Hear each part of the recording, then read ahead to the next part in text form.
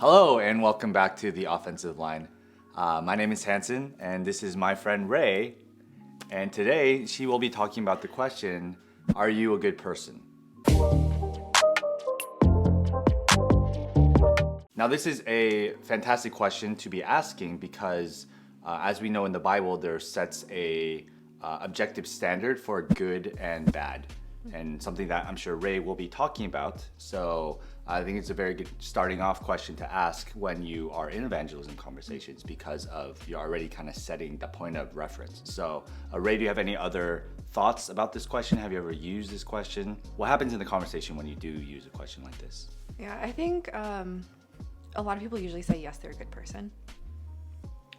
And I mean, I feel like that's like also just a general thing that people want to believe about themselves, that they are good because they might do good things, they might care about people, they might show love in like all these different ways to like friends, coworkers, family. But of course, like we're talking about true biblical good and what that means. And a lot of the times, like they are challenged to learn that that's not what the question means. Mm-hmm.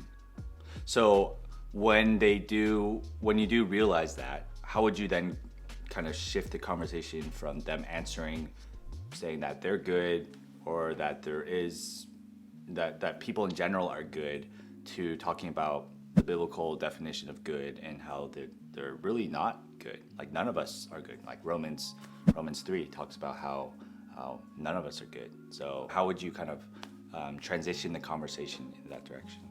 Yeah, well, one of the key words that you mentioned was definition, and I think talking about what is the definition of good in the Bible is always a good place to start. If you cannot agree with whoever you're talking about on definitions, then it makes it difficult to move forward with the conversation, because then you're just constantly circling around a concept that it's unclear if you're talking about the same thing. Because in this case, like they might be talking about moral good, and then here I'm trying to challenge them with biblical good. So if we're both talking about two different types of good, then it's kind of hard to to just understand where they're coming from and their thoughts. So yeah, definitely one of the things I would start off with is, what do you think good is? So Ray, that's an interesting thing that you bring up when you talk about morally good and biblically good. I think morally good kind of does fall into biblically good, rightly understood, of course. But how would you explain the difference in that conversation when somebody says that they are good, but they're thinking morally good, where you're thinking like, no, it isn't just that? We talked about it in a recent lesson that God has been so gracious to give us moral principle, which allows us to want to do good. And but that is not the basis of what being biblically good is. Like moral principle is a lot of also inclusiveness on just like your own self, like your own self-thought, like your own self-belief. With biblical good, like we're talking about like what's in the scriptures, like what God is saying is good. That's great. Like you're saying, taking the focus away from the self. You know, people think that they're good because I do this. When I see a poor person or when I see a homeless person on the street, I give them this. That means I'm good. I give money to the poor. I go to overseas to do something whenever there's a disaster relief or something, and then I'm good. You know, so they look at those individual acts and say, oh, I'm good. We know from the Bible that the basis that, like I said in Romans 3, none of us are good. None of us are good because of the fact that we're born sinful, right? We have a sinful nature within us. Even kind of going into another question that we might talk about in the future, are people bad or good?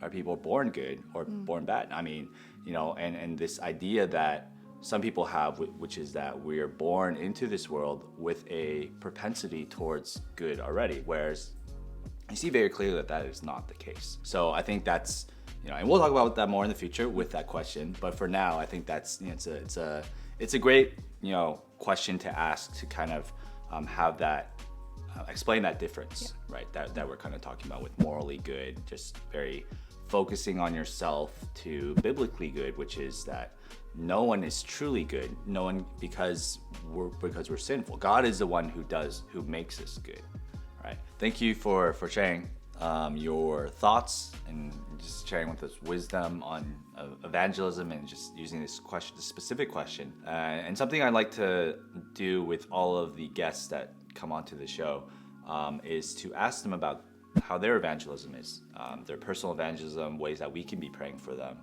and how that's going. But before we do that, I thought it would be really fun to kind of share with the audience about the last time that we did door-to-door together. That we were paired together, we were just knocking on doors, seeing if anybody wanted to have a gospel conversation.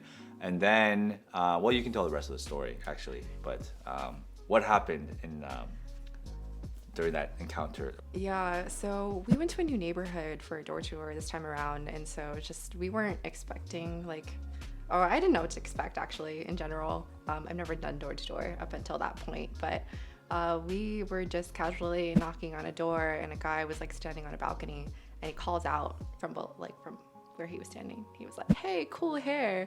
He's talking about my purple hair. And then Hanson's like, "Should we go talk to him?" And you're like, "Yeah, we should go talk to him. That's a great conversation starter." Yeah. And so, yeah, it was a really interesting conversation. But yeah, that was cool. Yeah, I think it's really cool that we can use different things in evangelism. It's like the ways that we dress, the ways that we our particular style of clothing and things like that. And I thought it was really cool that you can say, "Oh, my hair's purple for evangelism. I use that for evangelism purposes," because you actually did at one time. So yeah, I thought that was really cool to share because it was a really interesting moment. I was like, "Oh, wow, this is really fun. I've never had anyone ask this before." Obviously, well, I don't dye my hair or anything, so nobody would ask me. But yeah. So how is aside from that, how is your evangelism recently? How's that been going? How can we be praying for you?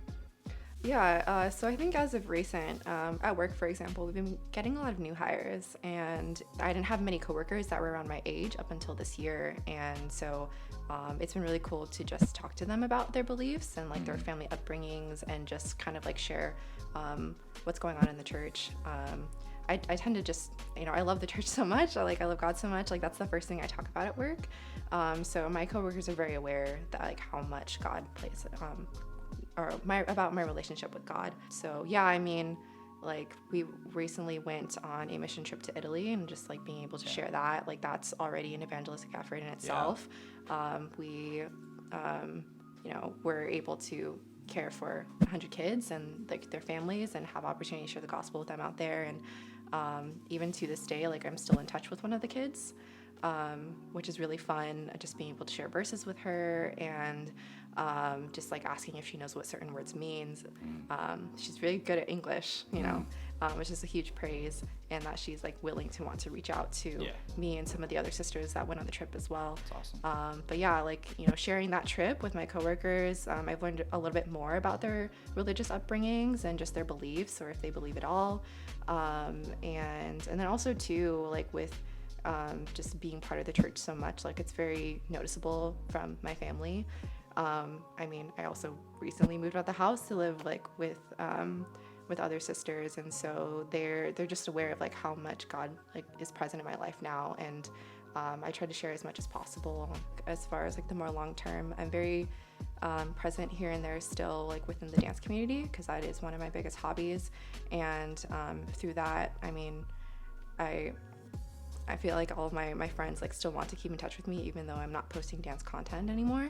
But yeah, in those conversations too, it's the same thing. Oh, what have you been up to? I was well, this is what's happening in my life, and 90% of it's church now. So I think the last one is also just, I really like to share what I'm learning. So right now I'm reading through the book of John, and on Instagram, for example, I just post daily devotionals, so just my observations, my interpretation, my application, and then the scripture verses that I read for that day. And I just pop it on Canva, put it on Instagram, and A lot of people read it. Oh, that's so cool. Yeah. Yeah, it's really fun. I've gotten a lot of like messages from like friends in the dance community, or just I met like elsewhere, just asking me about it, asking to like get copies of like the blank templates, or just asking me about like how they can find churches. It's like every person's different, but it's just really cool to like have, you know, that outreach as well. Yeah. Yeah. Well, that's so cool. I think, I mean, you heard it, but you know, Ray, just such a great example of evangelism, having, you know, asking for prayer. It's so many different evangelism opportunities, from relational, in the workplace, with family, and even in her dance community with some extracurriculars that she did. That it's just great, I think, to know that we can be thinking about and doing evangelism 24/7, wherever we are, wherever God has placed us. So, yeah, I hope that encourages you guys and challenges you guys as well to think about how you can be built up in evangelism. And that's what we want to do with this season, with these evangelism questions. Our season, the theme being Great Evangelists Ask Great Questions, because with these questions, then you can continue in your conversations with people. You can follow us on Instagram, on Facebook for some more content. Please like this video if you haven't yet. Subscribe if you want some more videos like this as well. And we are the Offensive Line, and we'll see you next week.